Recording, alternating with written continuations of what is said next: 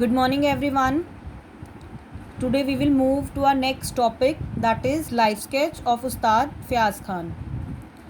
Life sketch आपको पता है जीवनी होती है, किसी भी म्यूजिशियन के बारे में, संगीतकार के बारे में जीवनी होती है, पूरी बायोग्राफी होती है जो हमें लिखनी होती है. First of all we will see to the introduction. हम उस्ताद फ़याज़ खान जी के बारे में कुछ मेन हाईलाइट्स जिसे आप कह सकते हो वो लेंगे. उसके बाद हम इनकी पूरी जीवनी पढ़ेंगे. सबसे पहले इंट्रोडक्शन. उस्ताद फ़याज़ खान जी आगरा घराने के थे. सबसे पहले घराना क्या होता है? हर एक जगह का, शहर का, गाने का जब हम स्टाइल देखते हैं ना, तो वो शहर, एक शहर से दूसरे शहर में जब जाएंगे तो वो गाने का स्टाइल थोड़ा सा डिफरेंट हो जाता है. तो जैसे हम दिल्ली में रहते हैं, हमारा गाने का स्टाइल कुछ और है. अगर हम यही पटियाला साइड चले जाएंगे, पंजाब साइड चले जाएंगे, उनका गाने का स्टाइल ये नहीं कि वो बिल्कुल ही डिफरेंट हो जाएगा, लेकिन कुछ माइनर सी डिफरेंसेस उसके अंदर होती हैं. तो उस डिफरेंसेस को देखते हुए इन्होंने अलग अलग स्टेट्स के हिसाब से उसका घराना बना दिया. तो हमें पता लग जाता है अगर इसने ये वाली चीज़ें गाई हैं, इसका मतलब इस स्टाइल से गाया, इसका मतलब ये इस घराने का गा रहा है. अगर वो ऐसे गा रहा है तो इसका मतलब वो उस घराने का गा रहा है. तो इन्होंने अलग अलग शहर के हिसाब से, जगह के हिसाब से उसका नाम रख दिया. दिल्ली घराना, आगरा घराना, पटियाला घराना, जयपुर घराना और भी बहुत सारे. ठीक है. तो इस हिसाब से उस्ताद फ़याज़ खान जो थे वो आगरा घराने के आगरा घराने के थे. मतलब आगरा घराने को गाते थे. वहाँ के बहुत अच्छे मशहूर संगीतकार थे. अब इसको लिखने के लिए आप इस लाइफ स्केच को और ज़्यादा अट्रैक्टिव बनाने के लिए आप इसको ऐसे भी लिख सकते हो, इस तरह से भी लिख सकते हो कि आगरा घराने का नाम लेते ही उस्ताद फ़याज़ खान जी की याद आ जाती है. क्यों? क्योंकि वह आगरा घराने के बहुत ही अच्छे संगीतकार, गायक थे. ओके. इसके बाद उस्ताद फ़याज़ खान जी को आफ्ताब ए मौसीकी के नाम का खिताब भी मिला हुआ है. ओके. उस्ताद फ़याज़ खान जी को आफ्ताब ए मौसीकी, ये एक अवार्ड जिसे आप कह सकते हो, या एक टाइटल कह सकते हो. जैसे हम किसी इंसान को टाइटल दे देते हैं या उसको हम एक पुरस्कार देते हैं किसी नाम का, तो ये उसका नाम है, पुरस्कार का नाम है कह सकते हो, या ये उनका टाइटल है, आफ्ताब ए मौसीकी. ओके. उस्ताद फ़याज़ खान जी को आफ्ताब ए मौसीकी का खिताब भी मिला हुआ था. अब ये खिताब मिलने के पीछे एक छोटी सी स्टोरी है, बहुत ही छोटी सी और बहुत ही सिंपल सी है. पहले हम उसको रीड करेंगे, उसके बाद हम फिर आगे बढ़ेंगे.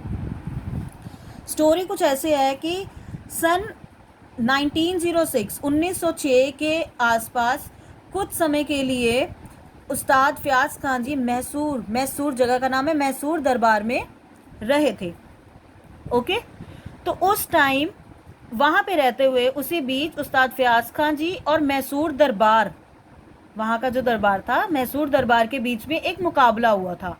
संगीत का मुकाबला, ऑब्वियस है, संगीत के बारे में पढ़ रहे हैं तो संगीत का मुकाबला हुआ था, जिसका परिणाम मतलब कि रिजल्ट निकालना कुछ मुश्किल हो गया था.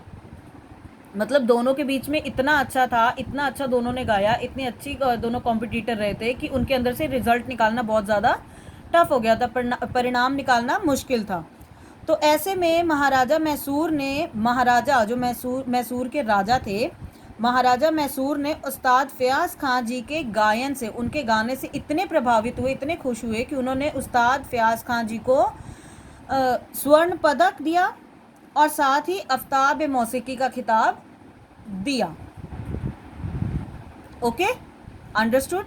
एक बार फिर से, सन 1906 में कुछ समय के लिए उस्ताद फ़याज़ खान जी मैसूर दरबार में रहे थे.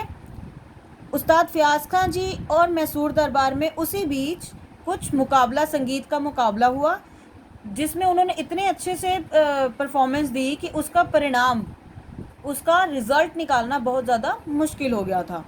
महाराजा मैसूर के जो थे, महाराजा मैसूर वो उस्ताद फ़याज़ खान से, उनके गायन से इतने प्रभावित हुए, इतने खुश हुए कि उन्होंने उस्ताद फ़याज़ खान जी को स्वर्ण पदक दिया और साथ ही आफ्ताब ए मौसीकी का खिताब दे दिया.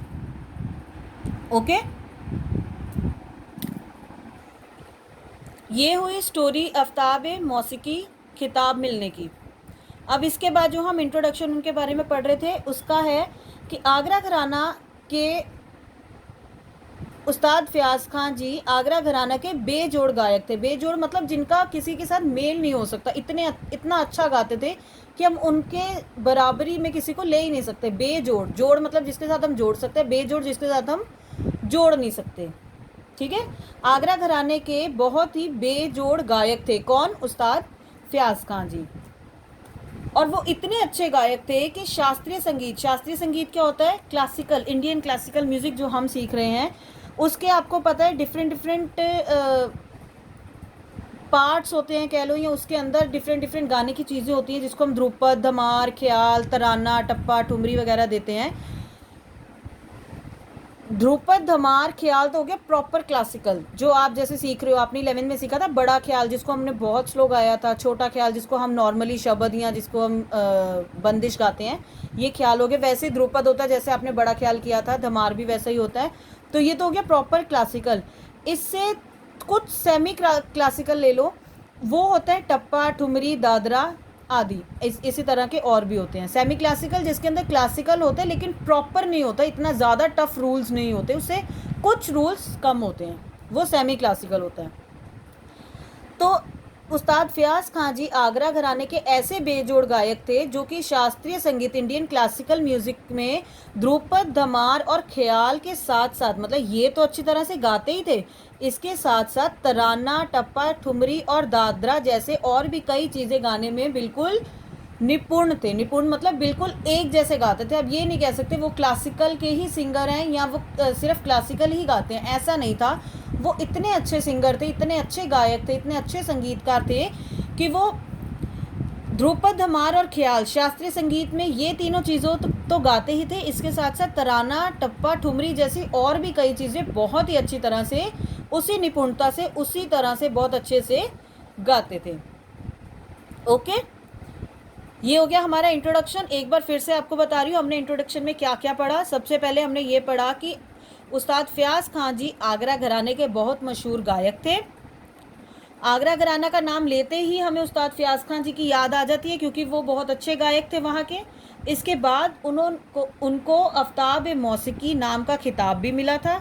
फिर उसके पीछे की हमने स्टोरी पढ़ी कि 1906 में कुछ समय के लिए उस्ताद फयाज खान जी मैसूर दरबार में रहे थे। उस दरबार में रहते हुए उसी बीच मैसूर दरबार और उस्ताद फयाज खान जी के बीच में एक संगीत का मुकाबला हुआ जिसका परिणाम निकालना, जिसका रिजल्ट निकालना बहुत मुश्किल हो गया था कि दोनों ने ही बहुत अच्छी तरह से गाया था।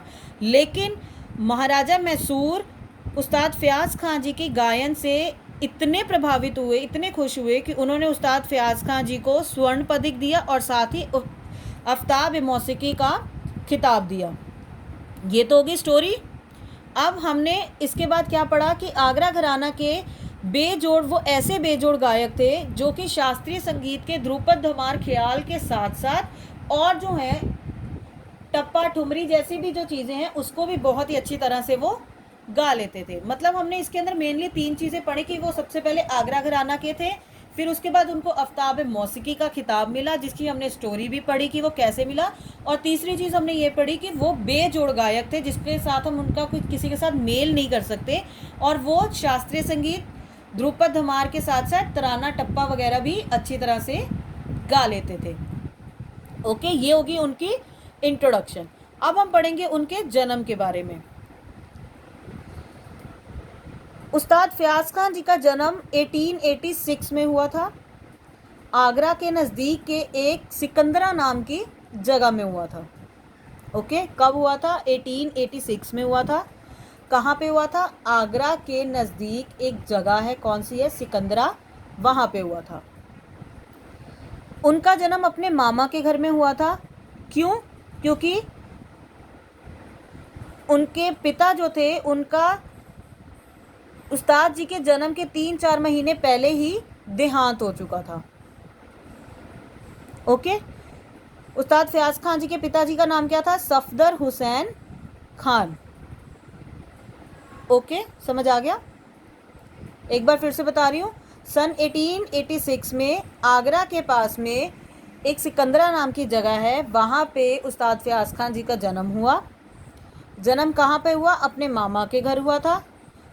क्यों मामा के घर हुआ था? क्योंकि जो उनके पिता थे सफदर हुसैन खान, उस्ताद फयाज खान जी के पिताजी सफदर हुसैन खान, वो उस्ताद जी के जन्म के 3-4 महीने पहले ही उनका देहांत हो चुका था, वह मर चुके थे, इसीलिए उनका जन्म जो है अपने मामा के घर में हुआ था और इसीलिए जन्म और पालन पोषण दोनों चीज़ें ही अपने मामा के घर में उनके हुई थी।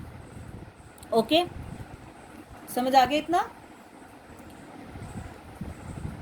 अब इसके बाद उस्ताद फयाज खान जी के नाना का नाम था अब्बास अली खान। वो भी आगरा घराने के बहुत ही बड़े और बहुत ही अच्छे गायक थे। ओके, उनके नाना का नाम था अब्बास खान। अब्बास खान जी भी आगरा घराने के बहुत अच्छे गायक थे। उस्ताद फयाज खान जी के जितने भी पूर्वज थे, मतलब आपको मैंने पहले भी बताया था पूर्वज क्या होता है, उनके जितने भी पूर्वज थे, नाना से भी पहले, वो सब बहुत ही अच्छे एक महान गायक थे, सारे के सारे ही गाते थे। और इनके जो पूर्वज थे उनका संबंध तानसेन से जुड़ता था, मतलब तानसेन जिस टाइम के थे उस टाइम से लेकर इनके घर में संगीत चलता आ रहा है। इनका संबंध जो है वो तानसेन से जुड़ता आ रहा है, तो वहाँ से इनको संगीत की शिक्षा मिलती गई। तो इनके घर में संगीत जो था विरासत में ही इनको मिला था, मतलब इनके घर में पहले से ही सारी जगह संगीत का माहौल था। इतने पूर्वज जो थे वो भी तानसेन से मेल जोल रखते थे, तो इनको संगीत जो है विरासत में मिला था। विरासत समझ में आता है ना क्या होता है? जैसे एक प्रॉपर्टी होती है पेरेंट्स की, वो आगे उनके बच्चों को मिलती है, वो फिर उनके आगे बच्चों को मिलती है, फिर उनके आगे बच्चों को मिलती है, आगे आगे जनरेशन में जो पास होती जाती है वो काइंड ऑफ विरासत कहलाती है। तो संगीत जो है इनको विरासत में मिला था। इनके तानसेन से जो चलता आ रहा है वही इनके नाना ने भी सीखा, नाना से भी आगे मामा ने भी सीखा, मामा से फिर इन्होंने भी आगे वही चीज़ सीखी थी। ओके, हमें इनके जन्म के बारे में एक बार फिर से रिवाइज करेंगे। सबसे पहले हमने इंट्रोडक्शन में 3 चीज़ें पढ़ी थी। आगरा घराना के मशहूर गायक हैं, आफ्ताब मौसीकी का खिताब मिला है इनको। उसके पीछे स्टोरी हमने पढ़ी कि दोनों मैसूर दरबार और इनके बीच में संगीत का मुकाबला हुआ था, जिसका परिणाम निकालना मुश्किल हो गया था। और महाराजा मैसूर के जो थे वो उस्ताद फयाज खान के गायन से इतने ज़्यादा प्रभावित हुए, इतने ज़्यादा खुश हुए कि उन्होंने स्वर्ण पदक और आफ्ताब मौसीकी का खिताब उस्ताद फयाज खान जी को दे दिया था। इसके बाद हमने तीसरी चीज़ इंट्रोडक्शन में पढ़ी कि आगरा घराने के बेजोड़ गायक थे, जो कि शास्त्रीय संगीत, इंडियन क्लासिकल संगीत के ध्रुपद, धमार और ख्याल के साथ साथ तराना जैसी चीज़ें भी बहुत ही अच्छी तरह से बिल्कुल उसी निपुणता से गा लेते थे। इसके बाद हमने इनके जन्म के बारे में पढ़ा कि सन 1886 में इनका जन्म हुआ था। कहाँ पे हुआ था? आगरा के नज़दीक एक जगह है, कौन सी है? सिकंदरा, वहाँ पे हुआ था। इनका जन्म अपने मामा के घर में हुआ था। मामा के घर में क्यों हुआ था? क्योंकि इनके पिता जो कि सफदर हुसैन खान हैं, उनकी मृत्यु हो गई थी इनके जन्म से 3-4 महीने पहले ही।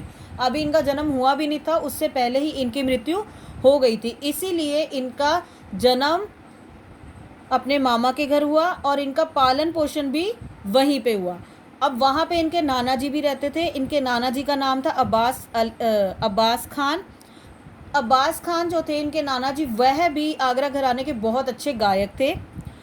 और हमने इसके बाद पढ़ा कि उस्ताद फयाज खान जी के और जितने भी पूर्वज हैं, नाना के साथ साथ उससे पहले के भी जितने भी पूर्वज हैं, वो सारे ही एक बहुत महान गायक थे, जिनका की संबंध तानसेन से है। मतलब तानसेन के टाइम से ही इनके घर में संगीत की शिक्षा, संगीत चलता आ रहा है, इसीलिए इनको संगीत विरासत में मिला था। इनके घर में संगीत का ही माहौल शुरू से ही था। Okay, this was all for today.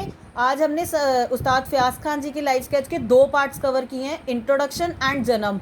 वो आपको अच्छी तरह से लर्न हो जाना चाहिए, अंडरस्टूड हो जाना चाहिए, ताकि हम आगे नेक्स्ट क्लास में इसके आगे के 2 और टॉपिक्स कवर करेंगे। Okay, have a good day students, bye bye.